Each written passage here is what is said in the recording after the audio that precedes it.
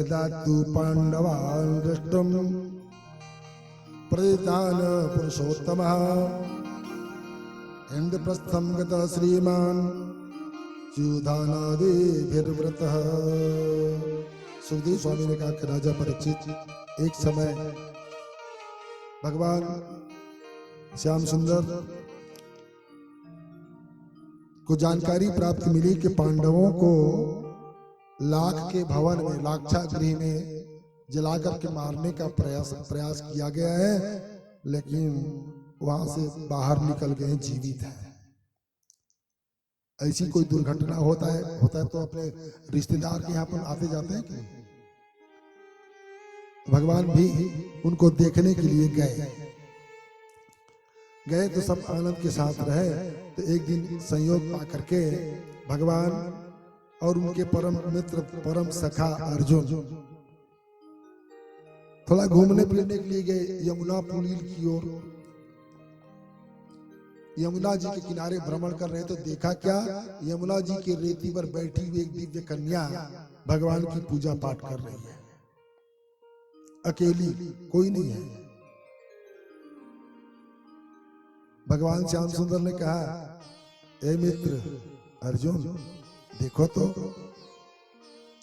इशारा करके बताए, देख रहे हो कोई लड़की बैठी हुई कुछ पूजा पाठ तपस्या कर रही है, लगता है कि उसको विशेष कुछ वरदान चाहिए, इसलिए थोड़ा पता करके आओ, विचार करना जरा। कन्हैया ने कहा अर्जुन को लड़की से जाकर के बात करो। अर्जुन ने कहा प्रभु चप्पल जूता चाहिए क्या, हम ही मिले हैं आपको, किसी लड़की को जाकर के पूछे कि क्या कर रही हो, क्या मांग रही हो पूजा पाठ में। कन्हैया ने कहा यदि कि आप मेरे परम मित्र हो तो मेरे नाम से थोड़ा बहुत कुछ प्रसादी मिल जाए तो क्या बुरा है। इतने प्रिय सखा थे अर्जुन। उन्होंने कहा प्रभु आपके लिए कहीं कुछ भी सहना करना पड़े तो कोई बात नहीं। जाकर के अर्जुन जी पूछे, देवी आप हैं कौन, किसकी पूजा पाठ कर रही हो, क्या चाहती हो, आपके मन में क्या है। उन्होंने बताया कि हमारा नाम कालिंदी है। अच्छा, हम भगवान सूर्य की आराधना कर रहे हैं और उनसे वरदान मांगना चाहते हैं कि क्या जो द्वारकाधीश है वो हमारा पति हो। अर्जुन ने कहा हो गया बेड़ा पार का है। क्यों? अरे भाई उनका तो शादी ब्याह सब हो चुका है, बाल बच्चे भी हो चुके हैं, और आप नहीं, अरे एक नहीं अनेक होता रहे, हमको कोई फर्क पड़ने वाली नहीं है। हमको पति चाहिए तो केवल नंद गोप सुतम देवी पति में कुरुते नमः, वही पति हमको चाहिए। अर्जुन आकर के बताए कन्हैया ये तो आपको ही चाह रही है, भगवान से वरदान मांग रही है, हम मना कर दें क्या? ऑलरेडी आपके 2-3 तो ऐसे है ही है, क्या करोगे उसके लेकर? भगवान श्याम सुंदर ने कहा सुनो न अर्जुन, रुक्मिणी से विवाह हुआ हमारा, चक्कर में पड़ गए, जामवती आ गई और उस बलिज के चक्कर में ही सत्यभामा से भी विवाह हो गया। 3 तो है हो ही गया ना, और कहीं इनसे भी हो जाए तो क्या बुरा है, क्या एक और सही। अच्छा चलो ठीक है, तो फिर दोनों गए, भगवान द्वारकाधीश देवी के सामने प्रकट हुए, कहे देवी क्या चाहती हो। देखते ही पांव पकड़ लिए कि प्रभु हमारा हाथ पकड़ लो। वहीं से कन्यादान हो गया। वास्तव में है कौन? यमुना जी कन्या के रूप में थी, इसलिए कालिंदी। है कौन? भगवान सूर्य नारायण की बिटिया। प्रभु हम आपके नाम से ही तपस्या कर रही थी, इसलिए आप हमको पति रूप में मिल गए, अब हमको कुछ नहीं चाहिए। ये चौथा विवाह भगवान का संपन्न हो गया। नोट करते जाना, लिख रहे हो ना, 4 विवाह हो गए। तो कल का एक वाला को छोड़िए, आज का 3 दहेज लेना है ना लास्ट में, एक साथ फुटकर काम नहीं चलता, थोक में लेंगे अपन। बोले वृंदावन बिहारी लाल की। उसके बाद में भगवान श्याम सुंदर के एक बुआ नाम थी राजाधिदेवी, उनकी एक कन्या थी। वो लोग दो भाई थे, उनके पति लोग, बिंद और अनुबिंद। उनसे जो संतान हुआ, दोनों मित्रवत थे, इसलिए उसको जो संतान हुआ उसका नाम था मित्रवृंदा। वैसे ओरिजिनल नाम था उनका सैग्या। दो नाम होने के कारण से, बिंद अनुबिंद के नाम से, दोनों मित्रता के कारण से इनका नाम हुआ मित्रवृंदा। इनका स्वयंवर था। ये उज्जैन के रहने वाले हैं। उनके स्वयंवर में जाकर के भगवान जो है सबके राजाओं को देखते ही देखते उस देवी को उठा लाए। भगवान द्वारका लेकर के आए, उनके साथ में भी उनका विवाह जो है संपन्न हो गया। बोली वृंदावन बिहारी लाल की। अयोध्या का राजा नाम था नग्नजीत। उन्होंने एक शर्त से अपनी कन्या का विवाह करना चाहा। उनके पास में 7 सांड थे, बड़े बड़े। उनको एक साथ कोई बांध देगा, और इतने मत वाले, इतने खतरनाक थे कि एक को पकड़ना बड़ा मुश्किल। देश देश के राजा लोग इकट्ठा होकर के तो आए जरूर, लेकिन जो उस सांड के पास में जावे उसी को पटक दे। भगवान श्याम सुंदर वहां पहुंचे, 7 बैल को पकड़े, एक नाथ में नाथ दिया, और उस कन्या के साथ में भगवान का मंगलम भगवान विष्णु हो गया। नग्नजीत राजा की कन्या थी नागनजीती। ओरिजिनल नाम उनका था सत्या। कितना विवाह हो गया भाई। आगे चल करके भद्रा और लक्ष्मणा के साथ में भी इनका विवाह जो है संपन्न हुआ भगवान का। तो हो गया 8। 8 पटरानी है, प्रमुख रानियां। एक एक की कथा बताएं तो दिन कम पड़ जाए, इसलिए शॉर्टकट में। बोली वृंदावन बिहारी लाल की जय। इतने में एक सूचना आई,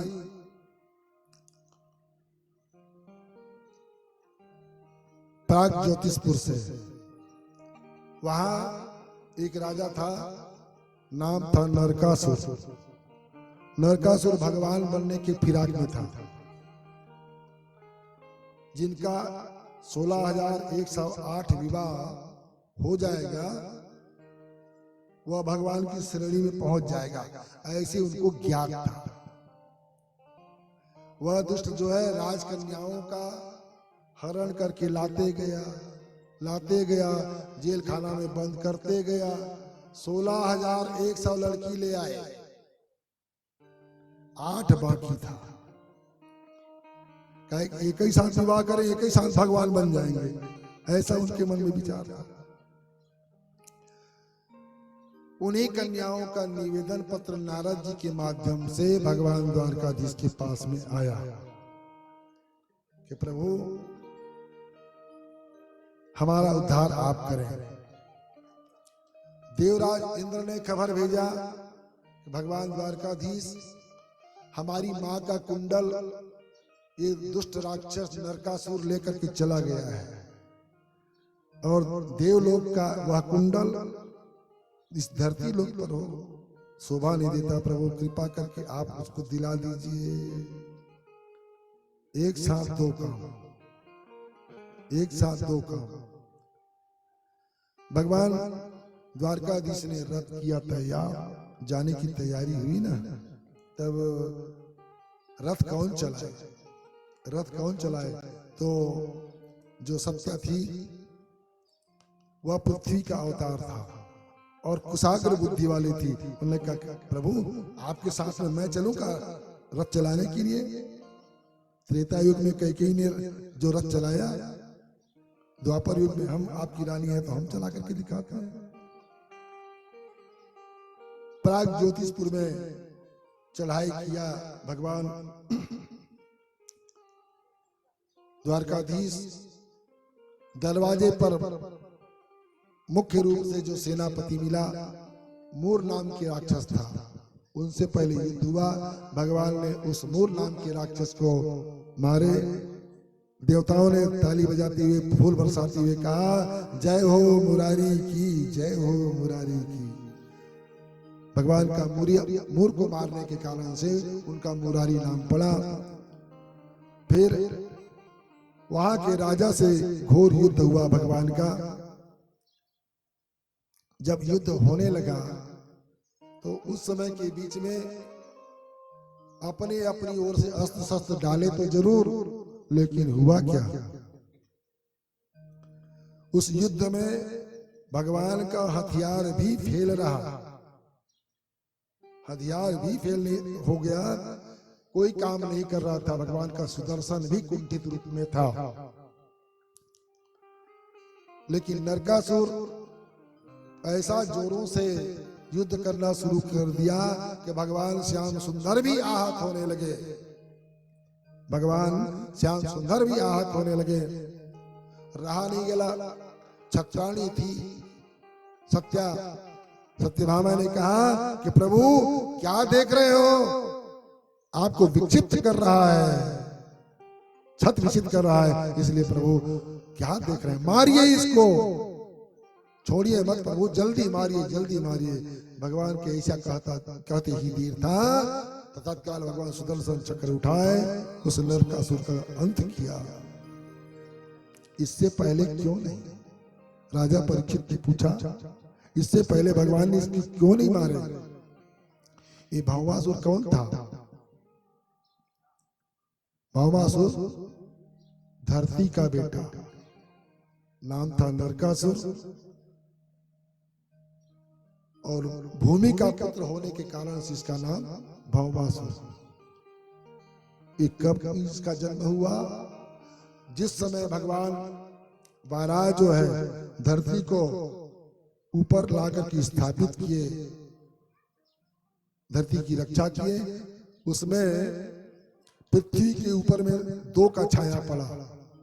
एक छाया पड़ा राक्षस हिरण्याक्ष का, और दूसरा स्पर्श हुआ भगवान वराह का।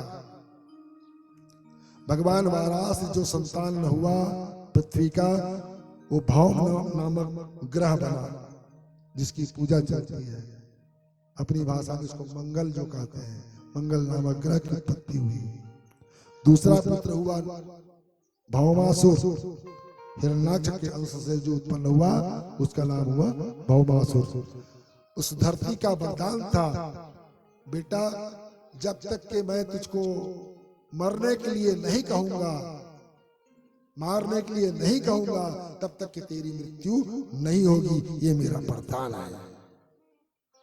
तो भूमि का अवतार थी, पृथ्वी की अवतार थी सत्यभामा। भगवान को आहत देखे क्रोधावेश में कह बैठे, प्रभु क्या देख रहे हो, मार डालो दुष्ट को। कहते देर लगा सुदर्शन चला, भौमासुर का हुआ अंत। बोले वृंदावन बिहारी लाल की। जेल खाना में गए, 16,100 कन्याओं को छुड़ाए कि देवियों आप अब स्वतंत्र हो गए, अपने अपने पिता के पास में जाइए और अपने अपने अनुसार जो है आगे का सृष्टि क्रम को बढ़ाइए। सभी देवियां भगवान श्याम सुंदर के पल्लू पकड़ लिए। ये बताओ प्रभु, हम जाए तो जाए कहां? इतने दिन तक के इस राक्षस भौमासुर के घर में रहे हम, कौन सभ्य पुरुष हमसे विवाह करेगा? है? सब एक स्वर में बोले, कौन सभ्य पुरुष हमसे विवाह करेगा? तो ऐसा कीजिए ना प्रभु, आपका तो 8 रानियां है, साथ में हमको भी, शंभू बाबू हमको भी ले चलो। भगवान श्याम सुंदर ने कहा कि बड़ा गड़बड़ हो गया। अरे बारी बारी से हो तो समझ में आए, और 16,100 लाइन में लग गए। भगवान दृष्टिपात किए सत्यभामा की ओर। सत्यभामा, ये देवियां क्या कह रही हैं, क्या करें? सत्यभामा ने कहा प्रभु अब क्या कहने की बात है, किसी के मना करने पर आप तो मानने वाले हो नहीं। 8 तो हइये हैं, तो 16,100 और 8 हो जाएगा तो कौन सी बारी बात है कि 8 में 16,100 और जुड़ जाए, कोई बात नहीं, ले चलिए प्रभु। ठीक है भाई, चलिए आप लोग द्वारकापुरी अपने रथयान के माध्यम से सबको द्वारका भेज दिए।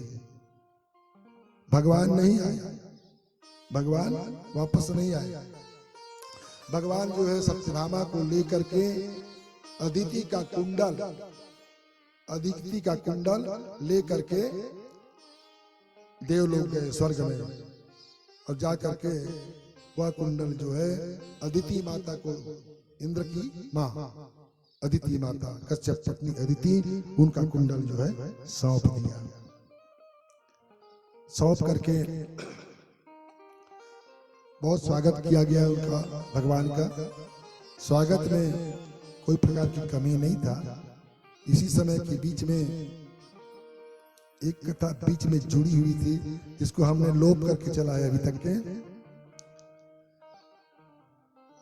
द्वारकापुरी में एक घटना हुई। नारद बाबा जरातपुर से घूमने वाले हैं, घूमते फिरते एक दिन द्वारकापुरी में आए और भगवान श्याम सुंदर को, रुक्मिणी के कक्ष में थे भगवान, उस समय एक फूल दे दिया और भगवान श्याम सुंदर उस फूल को उठाए। बड़ा दिव्य फूल है, कहाँ से लाए नारद बाबा? एक भ्रमण करते हम गए थे स्वर्ग लोक, तो देवराज इंद्र ने हमको भेंट किया था, तो हमको अच्छा लगा प्रभु, इसलिए हम आपको भेंट कर दिए। भगवान ने कहा कि आप हमको प्रिय मान करके फूल दे दिए, तो हमारे भी प्रेसी है, हम इसको दे देते हैं। उन्होंने दे दिया रुक्मिणी माता को। रुक्मिणी ने कहा प्रभु काहे दे रहे हो, मेरे बाल में लगा दीजिए ना, तो बाल में लगा दिया। अब रानियां जब आपस में बैठी ना, तो बार बार रुक्मिणी मैया क्या करती थी, गजब का स्वभाव है। किसी को जलन में डालना हो और एक के कहीं दो हो, सौतिया चक्कर हो, तो जरूर बताएंगे।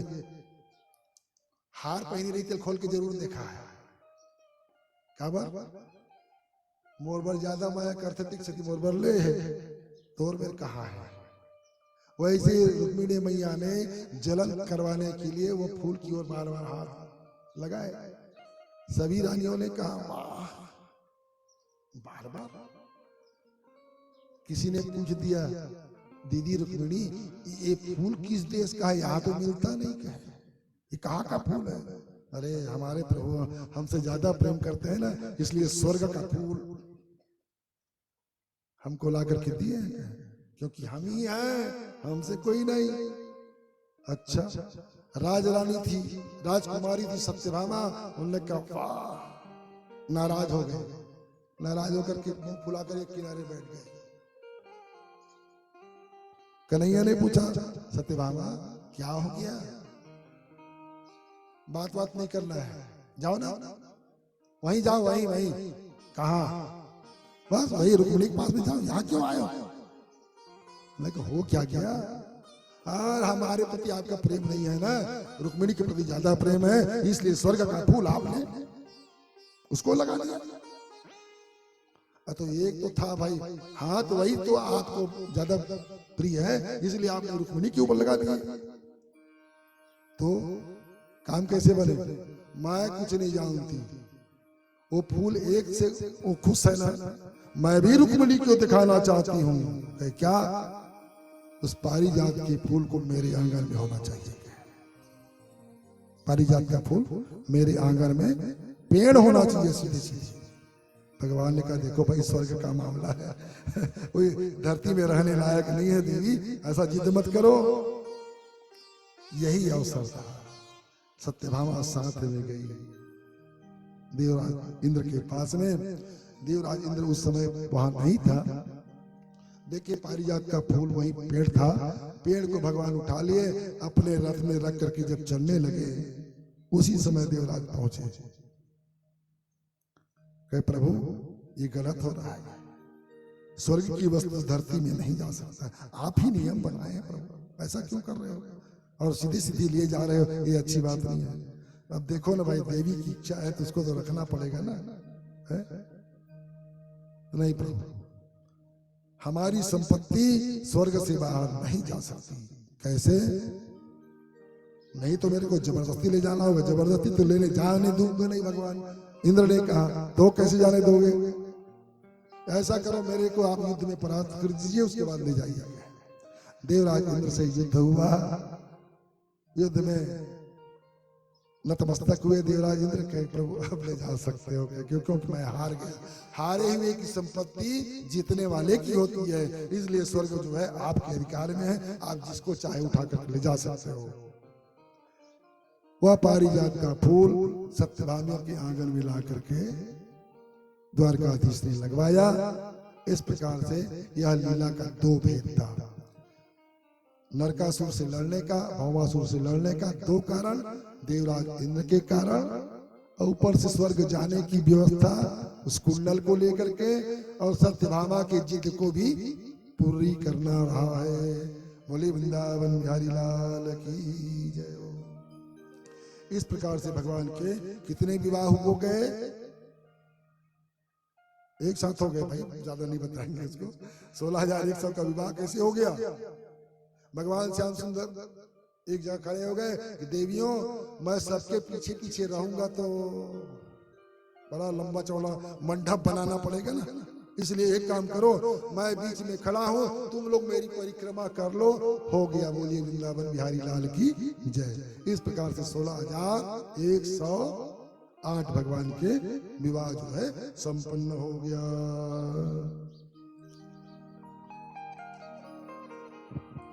ओ पालनहारे निर्गुण और न्यारे, तुमरे बिन हमरा कौन नहीं। ओ पालनहारे निर्गुण और न्यारे, तुमरे बिन हमरा कौन नहीं। ओ पालनहारे निर्गुण और न्यारे, तुमरे बिन हमरा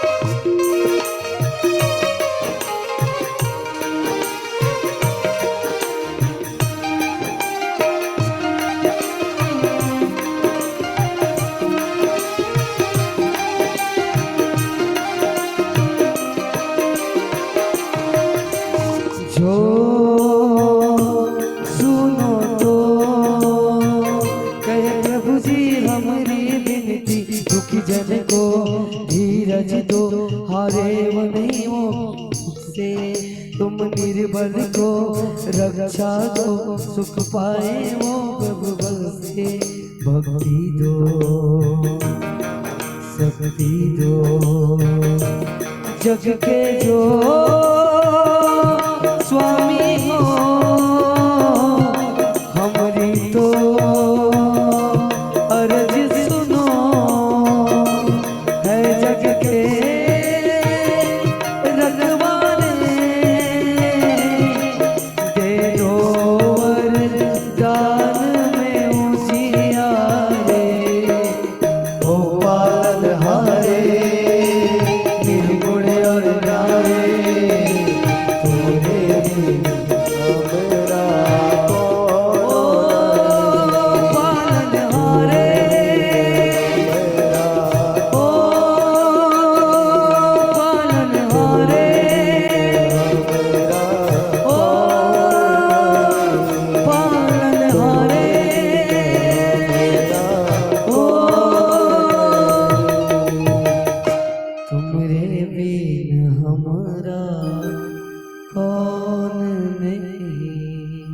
बोल बांके बिहारी लाल की जय।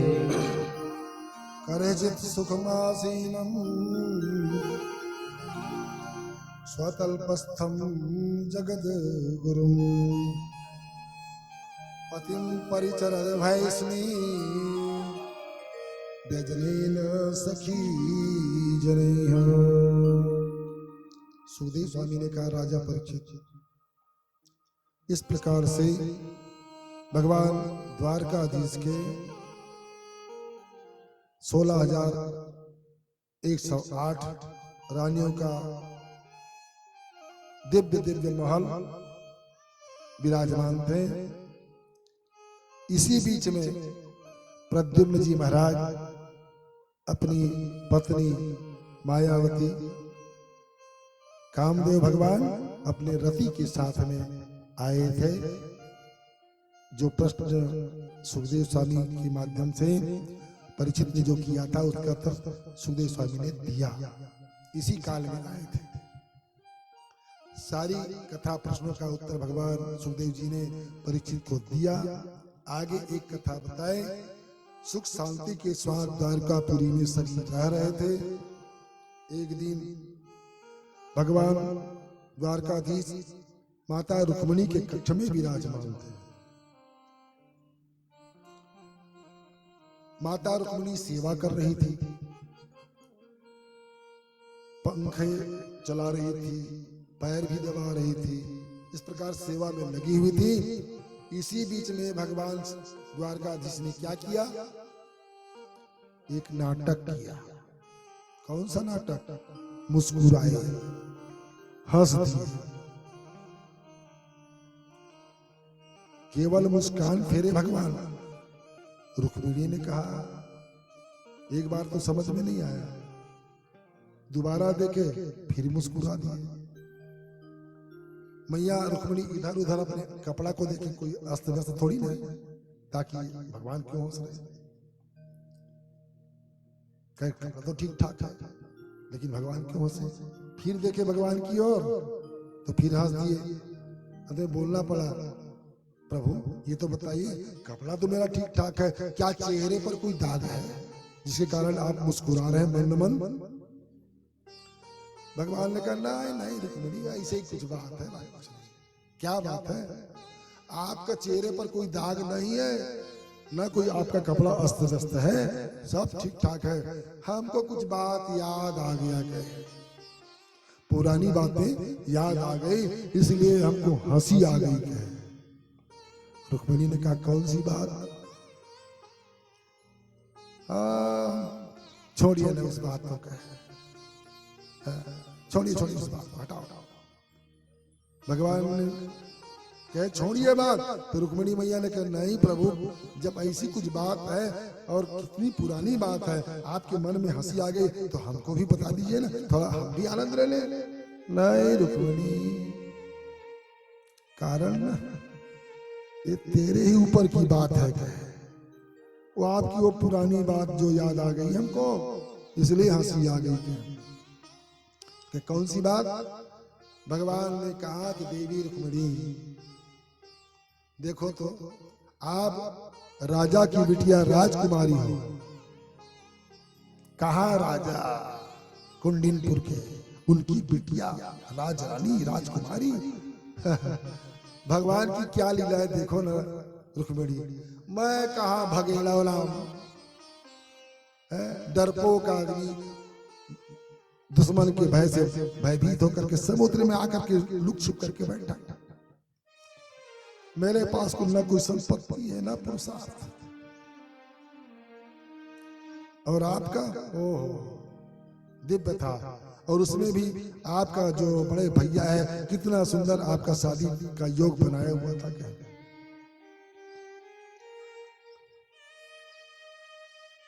पधारिए,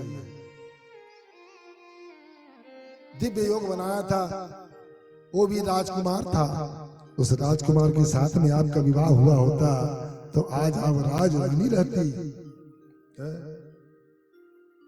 रुक्मिणी साफ चुप मौन होकर के देख रही है।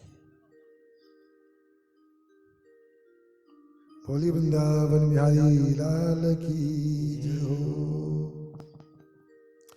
रुक्मिणी शांत है, हंसी का नाम नहीं, चेहरे पे हल्का हल्का उदासी आ गया। भगवान ने कहा देवी एक बात है कि वैसे बार बार आपके मन में विचार तो आता जरूर होगा कि कहाँ कहाँ इस काले कलूटे के साथ में मेरा शादी हो गया।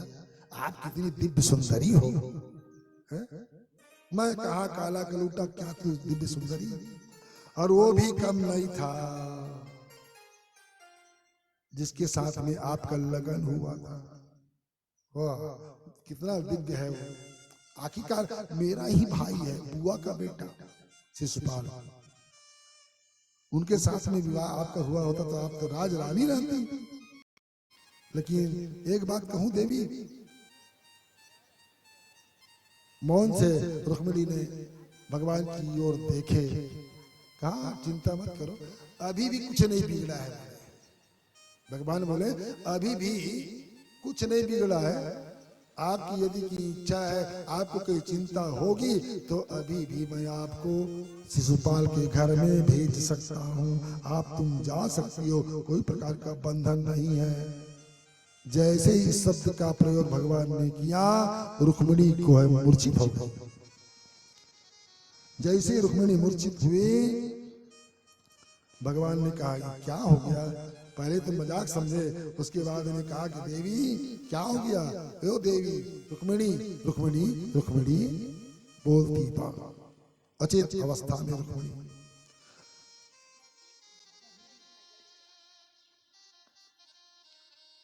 भगवान श्याम सुंदर ने कहा देवी क्षमा करना, मैंने आपको मजाक में कह दिया, सच्ची बात नहीं है, क्षमा करो, शांत हो जाओ, जग जाओ देवी।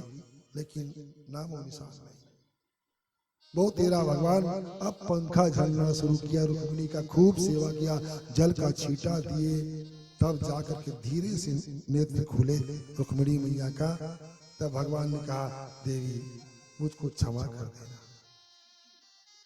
रुक्मिणी मैया ने कहा क्षमा आप मुझको करना प्रभु, वास्तव में आपके लायक तो मैं थी नहीं, आपने मुझको स्वीकार कर लिया और त्यागने का नाम आप कभी जीवन लीजिएगा प्रभु, नहीं तो मेरा प्राण जो है नहीं रह पाएगा, इसलिए क्षमा करना प्रभु। कन्हैया ने कहा हम तो मजाक कर रहे थे, सच्ची बात थोड़ी ना। कहे महाराज आप मजाक में भी इतनी बड़ी बात कैसे बोल दिए, मैं उस दुष्ट के घर चली जाऊं। कोई भी देवी इस बात को स्वीकार नहीं करेगा, इसलिए भगवान जो है इस प्रकार से रुक्मिणी मैया को समझा करके शांत किया। आगे सुखदेव स्वामी ने राजा परीक्षित को भगवान के संतानों की वृद्धि के बारे में बताए। एक एक रानी के 10 पुत्र और एक एक बिटिया हुआ। पुत्रों की संख्या 16,108, रानियों में गुणित 10 कर दो, उतने बेटे, और जितने बेटे उनके फिर 10-10 बेटे, नातियों की संख्या। इस क्रम के समझिएगा ना। तो सुखदेव स्वामी ने राजा परीक्षित से बताया कि राजा परीक्षित कुल मिलाकर यादवों की संख्या कितनी थी। द्वारकापुरी में एक ही बात बताया, 56 करोड़ यदुवंशी राजमुकुटधारी थे। राजमुकुटधारी अर्थात राजा थे। कितने प्रजा थे उनकी गणना असंभव है, किया नहीं जा सकता। तब कितने को बताएंगे।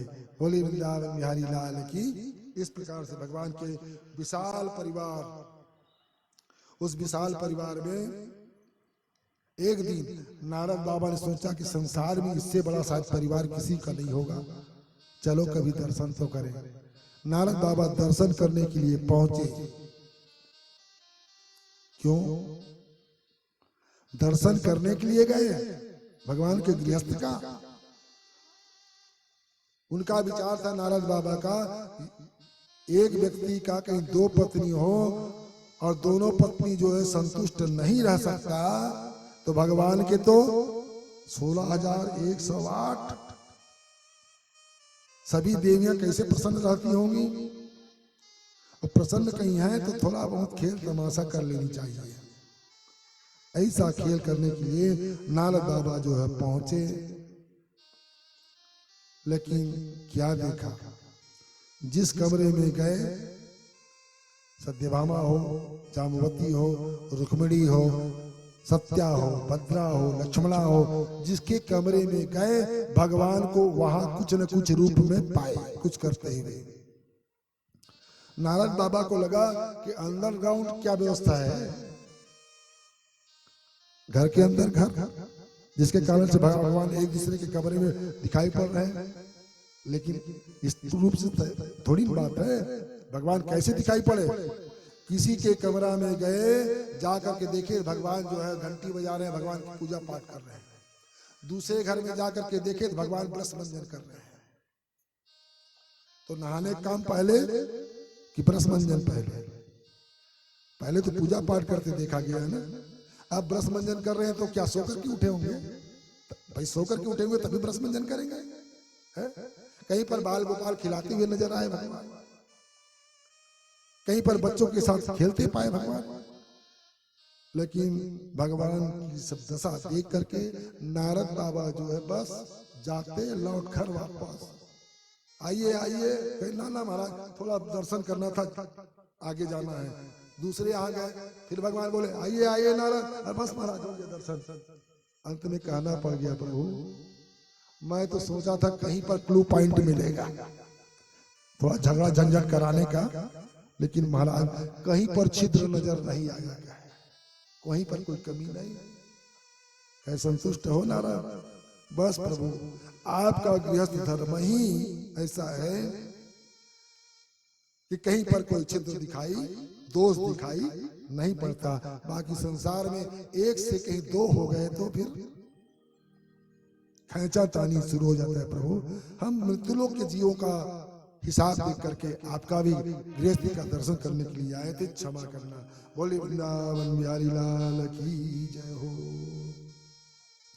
आगे चल करके सुखदेव स्वामी ने कहा, राजा परीक्षित, रुक्मिणी का भाई रुक्मी नाम था, रुक्मी उनकी एक आगे चल करके बिटिया हुई, उस बिटिया का नाम था रचना। आपसी संबंधों के माध्यम से जब चर्चा हुआ, भाई और बहन का संबंध खराब हो जाए उसको बनाया कैसे जाए, जब तक कि संबंध जो है निर्मित ना हो तब तक कि वह परिवार जैसे नहीं लगता। इसी बीच में विचार किया गया दुष्टों के द्वारा नीचा कैसे दिखाया जाए। निमंत्रण भेज दिया, रुक्मी जो है निमंत्रण भेज दिया द्वारकापुरी में कि द्वारकाधीश आप सपरिवार पधारे, साथ में बारात भी लेकर के आ जाए।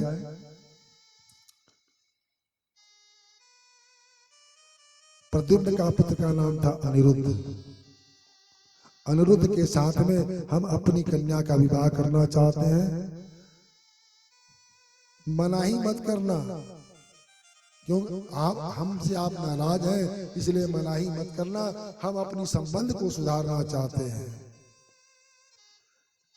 तो रुक्मी के कथनानुसार बलराम जी ने तो कहा कि ठीक है, कन्हैया मना कर दिया, लेकिन बलराम जी ने कहा देखो भाई साला है, नाराज था, अब अपना प्रायश्चित करना चाहता है, संधि बनाना चाहता है, कोई बात नहीं, चलो कर लेते हैं।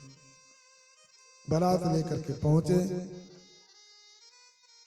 उस रचना के साथ में अनिरुद्ध कुमार का हुआ विवाह, बड़ा आनंद मनाए सभी, बारातियों का किया विदाई। लेकिन रुक्मी ने कहा बलराम भैया आप एक नंबर के पसेड़ी हो, तो कुछ दिन रुकिए ना, पासा का आनंद ले में।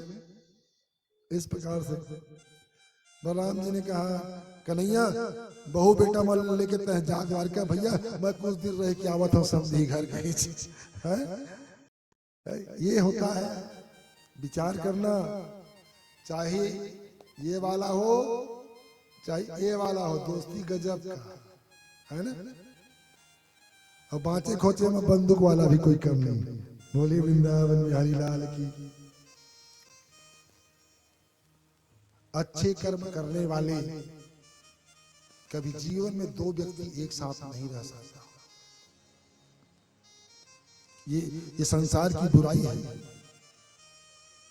क्यों चेदी भाई? अच्छे दो व्यक्ति एक साथ बैठ करके रह जाएं, सत्संगी लोग, बड़ी मुश्किल कठिन बात। तो अच्छा अर्थात अमृत पीना है तो लोग अकेला चाहेंगे, लेकिन शराब पीनी हो अकेला नहीं पिया जा सकता उसको, जब तक चार होंगे नहीं।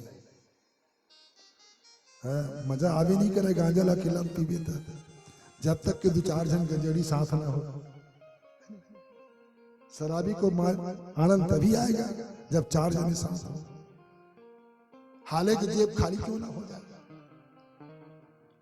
तो अच्छी बात है। अच्छाई को अकेले ग्रहण करता है जीवात्मा, लेकिन बुराई को बांट करके, क्योंकि जितना मैं पाप कर रहा हूं ना, आप करोगे तो बट जाएगा, सजा कम मिलेगी। वैसे ही लेकिन अच्छाई और बुराई में बात अंतर है। आज लोग अच्छाई को छिपाते हैं। क्यों छिपाते हैं अच्छाई को? कहाँ छिपाते हैं भाई? अरे आपको भागवत सुनना है भैया तो घर के अंदर चुपचाप सुन लो ना। चारों तरफ पत्रिका बांटने की क्या जरूरत है? नहीं, ये अच्छाई है।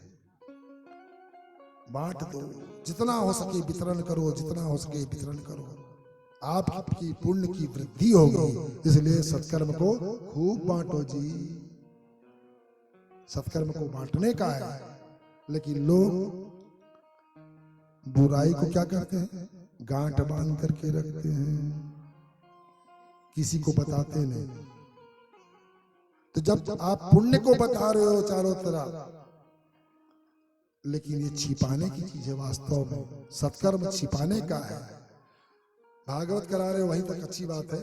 श्रोताओं को बुलाए, सुनने वाले सुन रहे हैं, जिसको जितना भाग्य है उतना उस वस्तु को ग्रहण कर रहे हैं, अच्छी बात है।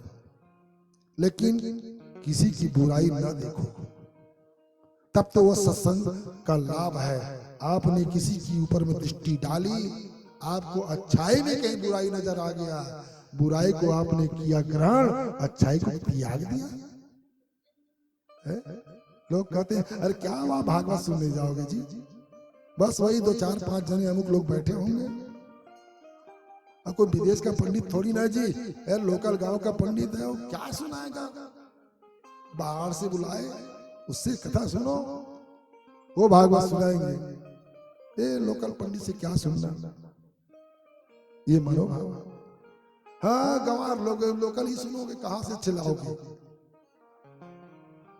ये भावना जीवात्मक मन में आता रहता है। मेरे भाई मत सोचो कथा कहने वाला कौन है। उनके मुख से एक बार कहीं घनश्याम निकल रहा है, वृंदावन बिहारी तो नहीं कर रहा है, भागवत के एक श्लोक तो नहीं कर रहा है। सबको तो कोई पकड़ ही नहीं सकता। एक आध अक्षर तो कम से कम खोपड़ी पे घुस जाएगा, निश्चित कल्याण हो जाएगा। उस पर ध्यान दो।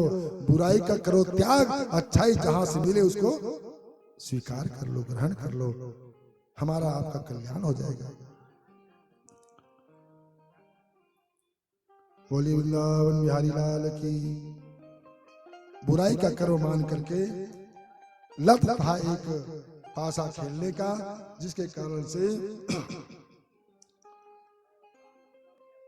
अरुद्ध के विवाह के पश्चात में भगवान रुक गए। बलराम जी रुक्मी के साथ में खूब युद्ध खेल हुआ पासे का। उस पासा के खेल में कहने लगे इतना भोला भंडारी था बलराम जी महाराज, जीतता था बलराम जी, लेकिन जो उनके दोस्त यार थे रुक्मी के, वो सब क्या बोलते, बलराम जी हार गए, रुक्मी जीत गया, बार बार बोलते गया।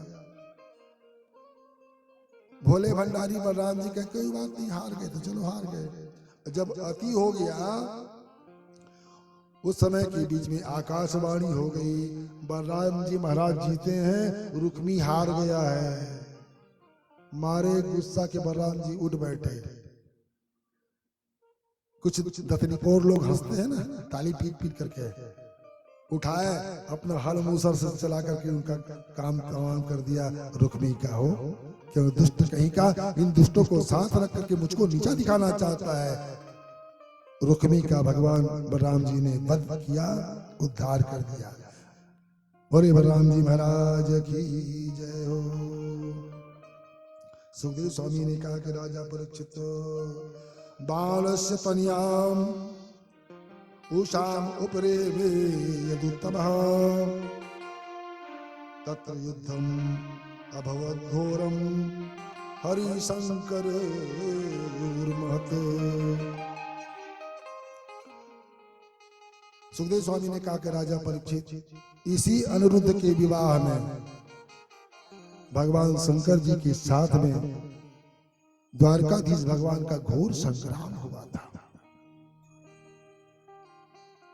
सुखदेव स्वामी से राजा परीक्षित ने पूछा, कैसे प्रभु, अभी तो विवाह आपने बताया अनिरुद्ध का, लेकिन इसी विवाह में युद्ध हुआ करे। हाँ भाई, अनिरुद्ध के विवाह में हुआ था। कैसे? एक राजा जिसका नाम था बाणासुर, बलि का पुत्र बाणासुर, भगवान शंकर का इन्होंने आराधना किया।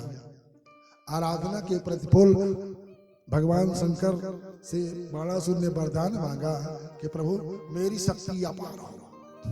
क्या कितना? 1000 हाथ ऐसा हो, बल तो इतना हो कि 1000 हाथ में जितना ताकत है। भाव यही था। लेकिन कई स्थान में सुनने को मिलता है कि बाणासुर का कितना हाथ? 1000 हाथ, 500 इधर 500 इधर। जैसे महाराज पृथु के 10,000 कान, 10,000 कान कहां पे रहे होंगे? विचार करो जरा। एक व्यक्ति का कहीं 10,000 हाथ हो कैसे रहेगा?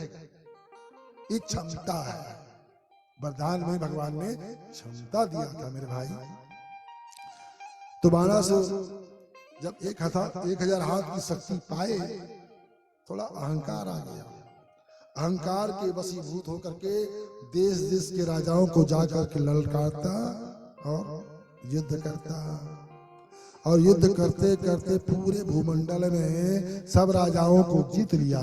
जीतने के बाद में उन्होंने कहा, क्या बात है, मेरा ताकत जरा कम हो ही नहीं रहा है, माने बराबरी का लड़ने वाला कोई नहीं मिल रहा है, क्या करूं? बुद्धि तो था, कैलाश पर्वत पहुंच गया सीधा। हर हर महादेव। भोले बाबा ने कहा, बेटा बाणासुर कैसे आना हुआ? महाराज आपने ताकत तो इतना दे दिया, पूरे भूमंडल में घूम करके देख चुका हूं मैं, मुझसे युद्ध करने वाला कोई नहीं। यहां तक कि भगवान, अरे मैं बड़े बड़े पर्वत को छूता हूं ना, वो राख बन जाता है। इतनी शक्ति आपने दिया, लेकिन थोड़ा खुजली मिटाने के लायक पहलवान नहीं बताया। तो एक काम करेंगे क्या प्रभु? क्या आपने बल मुझको दिया है, तो आपके पास भी तो बल होगा, है तभी ना दिए हो। तो एक काम करेंगे क्या प्रभु?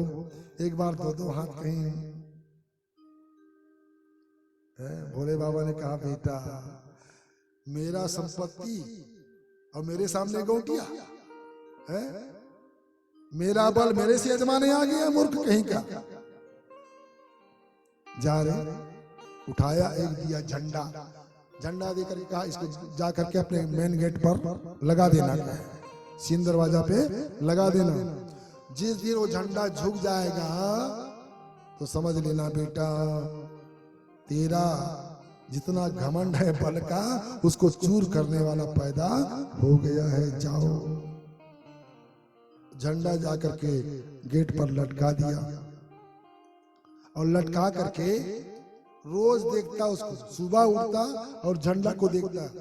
जन्म ले लिया क्या मेरा दुश्मन, रोज देखता बेचारा। ऐसे तैसे बाणासुर की एक पुत्री थी, नाम थी उषा। धीरे धीरे सज्ञान हो गया, उनका रुचि देखा कि थोड़ा संगीत में गाना बजाना शुरू कर दी है।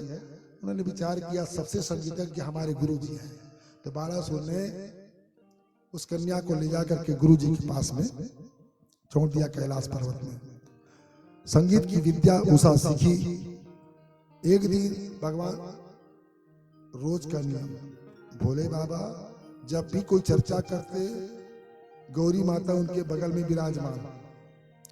दोनों को एक दिन प्रेमालाप में देख करके उषा के मन में विचार आने लगा, हे भगवान काश हमारा भी विवाह हो गया होता तो हम अपने पति के साथ में इसी प्रकार से वार्तालाप करते। ऐसा मनोभाव आया। भगवान भोलेनाथ ने कहा देवी तुम्हारी मनोभाव हम समझ रहे हैं। डर गई उषा, ही भगवान मैंने मन में कहा, भोले बाबा कहे सुनिए, चिंता मत करो बिटिया, मन में सोची हो ना, मन की बात सपना है तो सपना में तेरे को पति मिल जाएगा। जाओ हमारा आशीर्वाद है। उषा चली गई अपनी राजभवन। एक दिन सोए हुए थे, एक दिव्य राजकुमार उसके सपने में आए। सपना में प्रेमालाप हुआ। प्रेम का अतिरेक होने के कारण से उषा जो है अपने पति को स्पर्श करना चाहिए, लेकिन निद्रा भंग हो गया। जैसे निद्रा भंग हुआ उठ बैठी, चारों तरफ देखे अपने बिस्तर में अकेली पड़ी थी। अरे सपना में देखे लेकिन कैसा दिव्य पुरुष था, ही भगवान मिलेगा कहाँ, कौन है, कहाँ का रहने वाला है, क्या नाम है, ये मन में चिंतन होने लगा। खाना पीना बंद। उनकी सखी सहेलियां सब आपस में आती, उनकी उदासी देख करके उनकी मंत्री बाणासुर की मंत्री कुंभान, उनकी बिटिया नाम थी चित्रलेखा, परम सखी थी उषा की। उन्होंने कहा देवी क्या है तेरे मन में, खाना पीना क्यों बंद कर दी है, बताओ तो सही अपने मन की बात। सखी था इसलिए सारी घटना उन्होंने बता दिया। सखी ने पूछा कि आप नाम तो बताओ कहाँ की है। अरे मेरे को नाम पता नहीं है, गांव न गांव का पता न नाम का पता, तो कैसे बनेगा।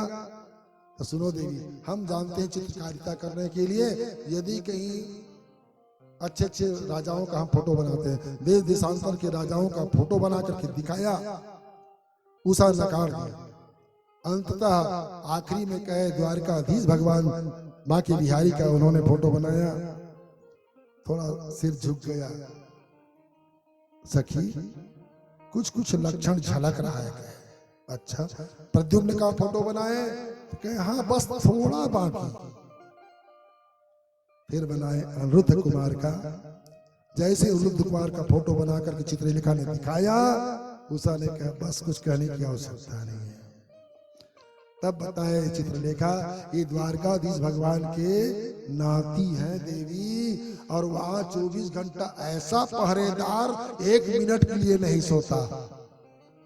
ऐसे आदमी के घर से कैसे चोरी किया जाएगा। शांत रहो, उसकी आशा छोड़ दो। कहे उषा ने कहा नहीं देवी ये नहीं मिलेंगे तो मैं प्राण वायु त्याग दूंगी।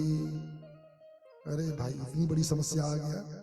चित्रलेखा ने योग विद्या के माध्यम से रातों रात उड़े, वहां से चले द्वारकापुरी। द्वारकापुरी जा रहे थे तो मार्ग में मिल गया नारद बाबा। करिए वो चित्रलेखा कहाँ जा रही हो।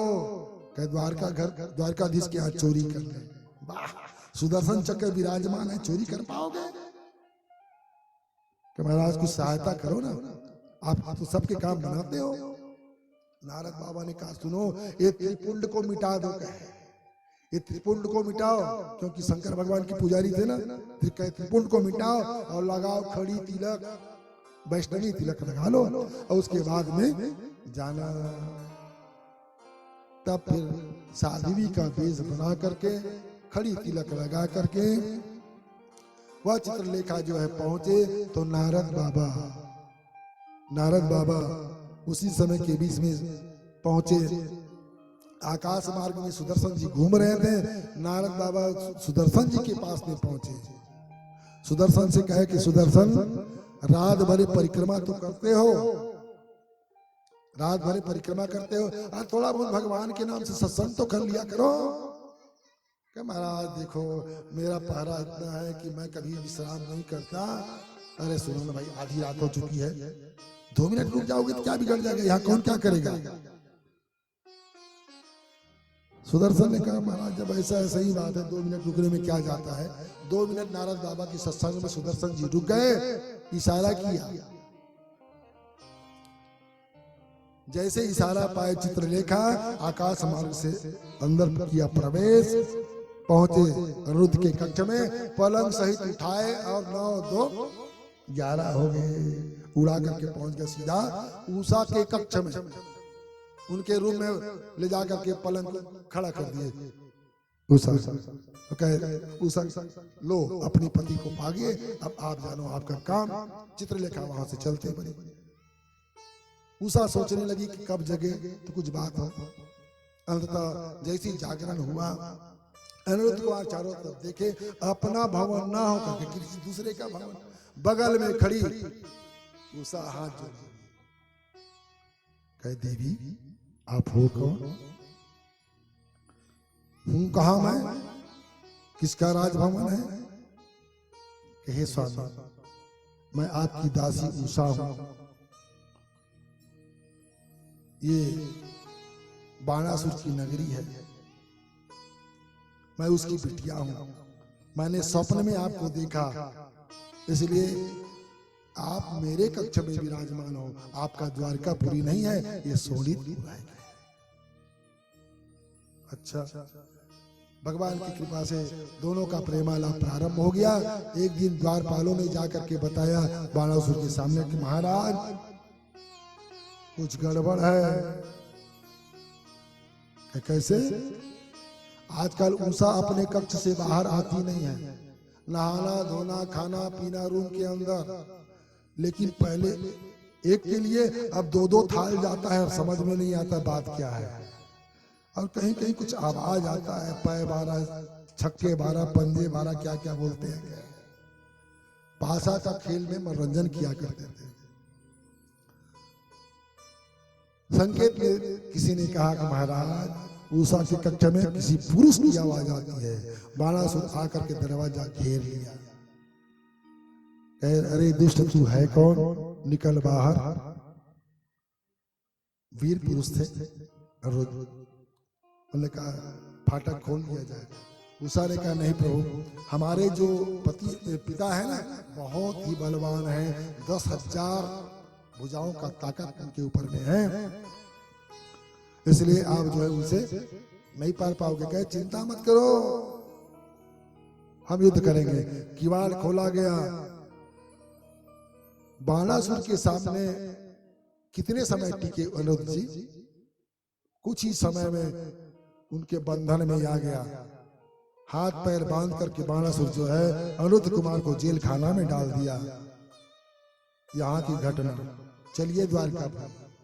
नारद बाबा पहुंचे भगवान कन्हैया के पास। अपने परिवार के बीच में भगवान बात कर रहे थे। नारद बाबा पहुंचे, कन्हैया किया स्वागत। नारद बाबा किधर से आना हुआ कि महाराज आपके परिवार में सब ठीक ठाक चल रहा है ना? हाँ सब ठीक ठाक है। अच्छा सही बात है। अतेक झलक कतेक झलक देख भी चिन्हवे दिला पता कैसे नारद?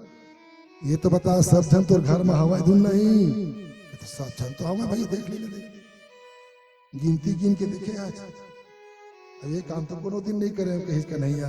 तो देख लो आपका नाती अनिरुद्ध कुमार है कहाँ? कहीं नहीं। अनिरुद्ध खड़े हो जाओ, तो रहे तब ना खड़ा हो। नहीं है महाराज, बालासुर के कारागार में है। अच्छा, बलराम जी तैयार हल और मुसल लेकर के, कन्हैया अब भी चढ़ाई करो, चलो। सोलितपुर में किया चढ़ाई, युद्ध की ललकारा गया। बाणासुर भी बाहर निकले सेना लेकर के, देखा द्वारका की सैनिक को। उन्होंने भी कहा कि भोले बाबा संकट आन पड़ा है मेरे ऊपर, सहायता करो। भोले बाबा अपना अस्त्र शस्त्र परिवार लेकर के वो भी पहुंचे। लड़ाई के मैदान में देखे तो इधर कन्हैया, भोले बाबा कि वो प्रभु आप आए हो। भोले बाबा को देख करके कन्हैया ने कहा हाँ आप भी आए हो चेला के पक्ष लेकर के, अच्छी बात है, चलिए चलिए अच्छा बात है। गुरु चेला में हो जाए, दोनों मित्र में हो जाए, स्वामी और सेवक में हो जाए। कि नहीं प्रभु आपसे नहीं लड़ पाएंगे हम। भोले बाबा ने कहा हम नहीं लड़ेंगे, कहीं कायरता होगी। हमारे दुश्मन आपके शिष्य ने आपको बुलाया है, तो आपको शिष्य की परंपरा को निभानी पड़ेगी, इसलिए कोई बात नहीं, हम बुरा नहीं मानेंगे। सेवक स्वामी तो एक दूसरे के हैं ना, कोई बात नहीं, हो जाने दीजिए। उस समय के बीच में घोर घमासान युद्ध हुआ। नाना प्रकार की बीमारी की उत्पत्ति भगवान शंकर और कन्हैया जी के युद्ध के माध्यम से, जो बड़े बड़े आज बीमारी देखने को मिलता है ना, वो भगवान शंकर की छोड़ा हुआ अस्त्र शस्त्र है। बलराम जी के साथ में बाणासुर का युद्ध हुआ। जितने भी उनके अधिक हाथ रहा उनको बलराम जी ने काट करके रख दिया, बच गया 2 हाथ। उनसे प्रेमालाप हुआ, क्षमा मांगा बाणासुर, कहा प्रभु मेरा अपराध क्षमा कर दीजिए और उषा को अपनी बहू बना लीजिए। इसलिए उस पर उषा और अनिरुद्ध का कह के विवाह करना है। तो द्वारकाधीश ने कहा हमारी परंपरा यहाँ ऐसा नहीं है, कन्या को भेज दो। नियम हमारा कहाँ है? अपने घर में भावरी करने का। द्वारकापुरी ले गए, वहां उनका मंगलम भगवान विष्णु हो गया। बोली वृंदावन बिहारी लाल की जय। है धन्य तेरी माया, जग में वो दुनिया के रखवाले, शिव शंकर डमरू वाले, शिव शंकर डमरू वाले। है धन्य तेरी माया इस जग में दुनिया के रखवाले, शिव शंकर डमरू वाले, शिव शंकर डमरू वाले।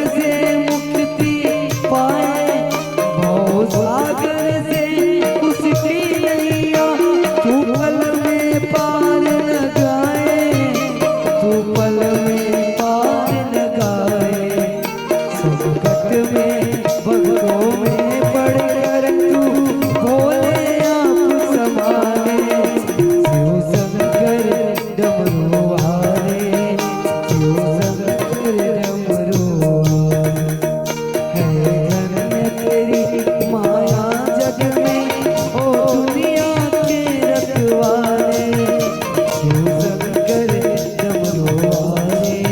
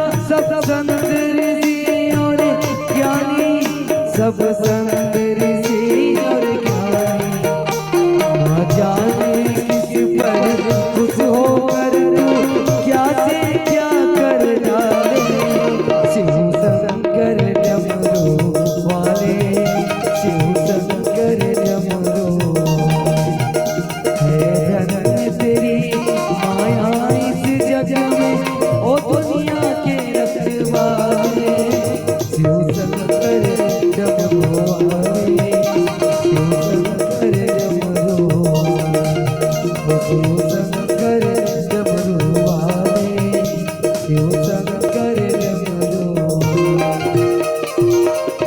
शंकर भगवान की जय। एक दो पवनम राजन जगमुर यदो कुमार का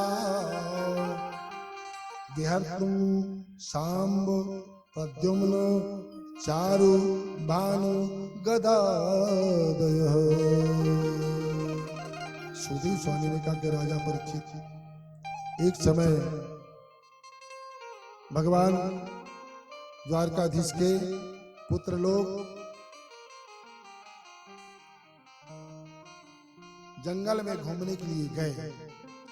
घूमते घूमते क्या देखा, एक कुआं था, प्यास लगी तो कुआं के पास में गए। कुआं में जाकर के देखा, कुआं में तो पानी था ही नहीं।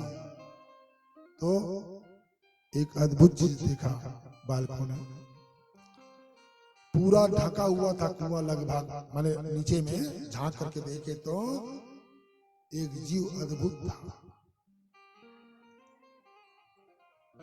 उसको देख करके ऐसा जीव उन्होंने कभी जीवन में नहीं देख पाया था, इसलिए दौड़ते दौड़ते आए कन्हैया के पास में। कन्हैया की हाथ पकड़ करके ले चले कि चलिए तो देखिए आप भी।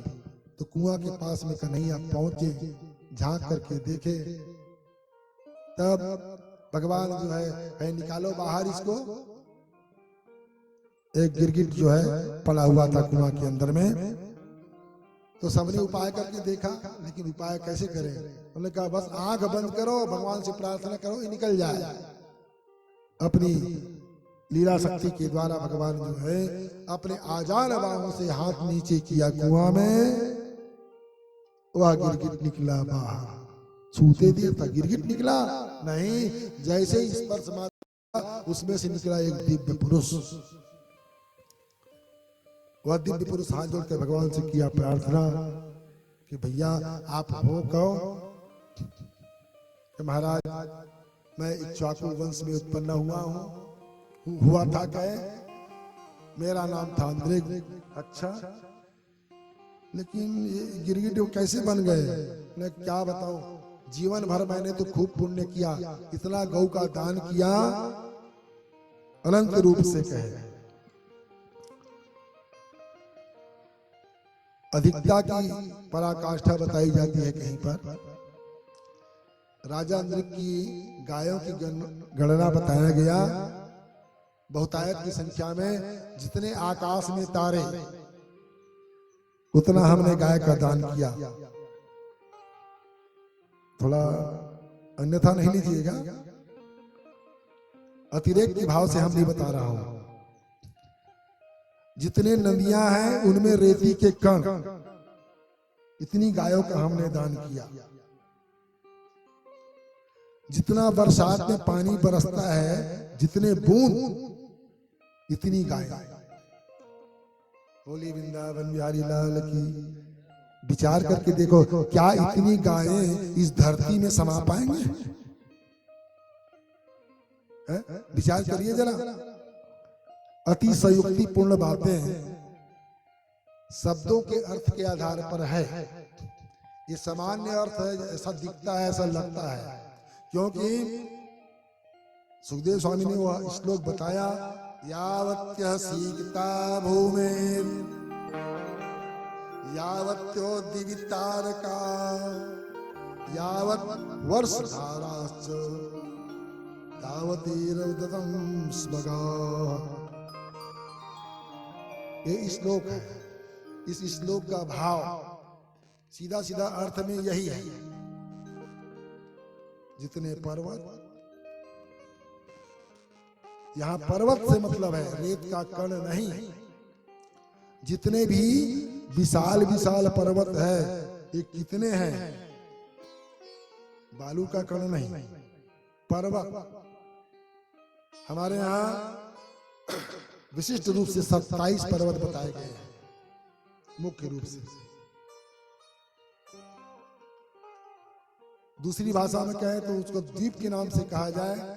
7 द्वीप की है, द्वीप को ही पर्वत की श्रेणी में मान लो। तारागण कितने हैं? मुख्य रूप से माने तो 27 नक्षत्र हैं। 27 नक्षत्र को लो मुख्य को, बाकी तारागण की संख्या तो अनंत हो जाएंगे। और नदी के रेत के हिसाब से ना करके मुख्य हमारे भारतवर्ष में नदियां कितनी हैं तो कहे 45 मुख्य नदियां जो तीर्थ रूप में विराजमान है, जिनकी स्मरण मात्र से पापों का विनाश हो जाता है। और सबको एक लाइन में जमा करके देखो, 27 4 57 एक लाइन में।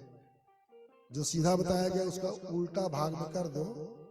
वह अंका नाम वामतो गति, व्याकरण के सूत्र में ऐसा विद्वानों का मत है। तो उसमें केवल इतना ही आता है 27,457 बनता है उसका। इतनी ही गायों का दान उन्होंने किया था। बहुत आय संख्या जो है अति संयोक्तिपूर्ण बातें हैं। और बड़े विद्वान कहते हैं उनका भी स्वागत है। बोले वृंदावन बिहारी लाल की